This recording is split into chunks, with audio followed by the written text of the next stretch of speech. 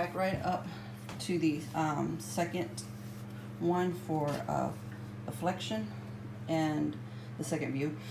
So they have their elbow flex as such. Let me see if you can pick this up for me. Okay, I'm trying to get 2 inches above the electron process. This is her right arm, so we'll be using the right marker. This is 10 by 12, 40 inches SID. And what we are trying to do is get the forearm and humerus superimposed with no rotation. The electron process should be, and then there should be soft tissue, and distal humerus should be visualized.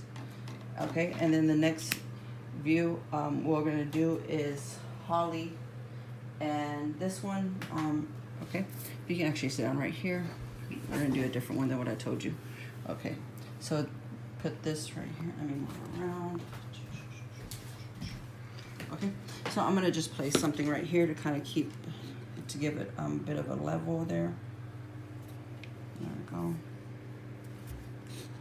Okay, right arm. There we go, to show a little bit of there.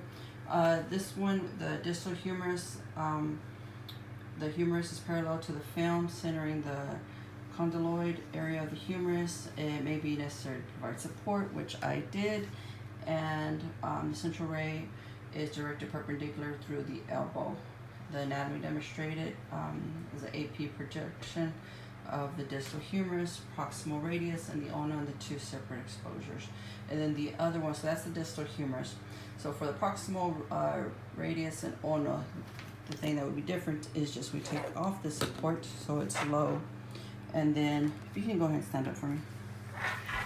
Okay, just to kind of give right in here. It'll be a little bit more straighter though. Stand up straight, baby. There you go. Okay. Working with teenagers. Sorry. And so that is the second one for Holly. Again, it is 10 by 12, 40 SID. And then for the next one, if you can sit down for me right here, facing this way. Okay. Here, I need you to sit more to the side. Okay, so it's more of a 90-90. Okay, switching off, because now we're using the left arm. Okay, sit straight. Okay, so for the coil lateral views, we will be getting from this angle, and then the other from this angle, which is at 45 CIFLAD.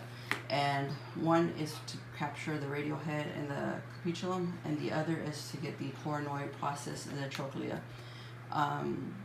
Basically, the patient is seated at 90 degrees. The shoulder is dropped in order to maintain parallel relationship. Boom. And the forearm and the wrist is pronated.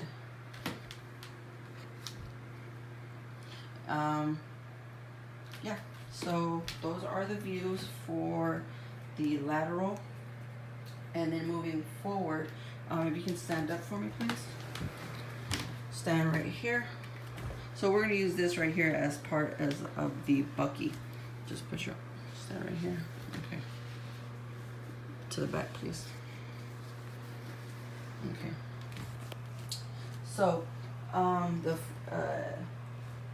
SID will be 40 inches. This is going to be a 14 by 17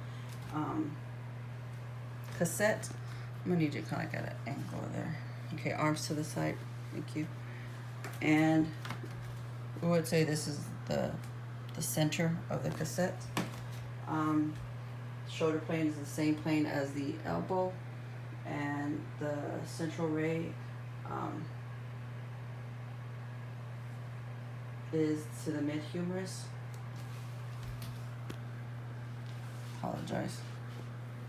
Mid-humerus. There we go. And we are just making sure that we're going to go through the mid-humerus. The next one will be lateral. So she would put her arm on her hip. Thank you.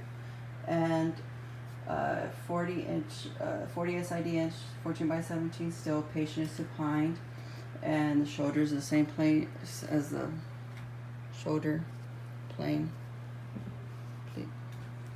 Okay. And let's see. We're just trying to get. Yeah, it is.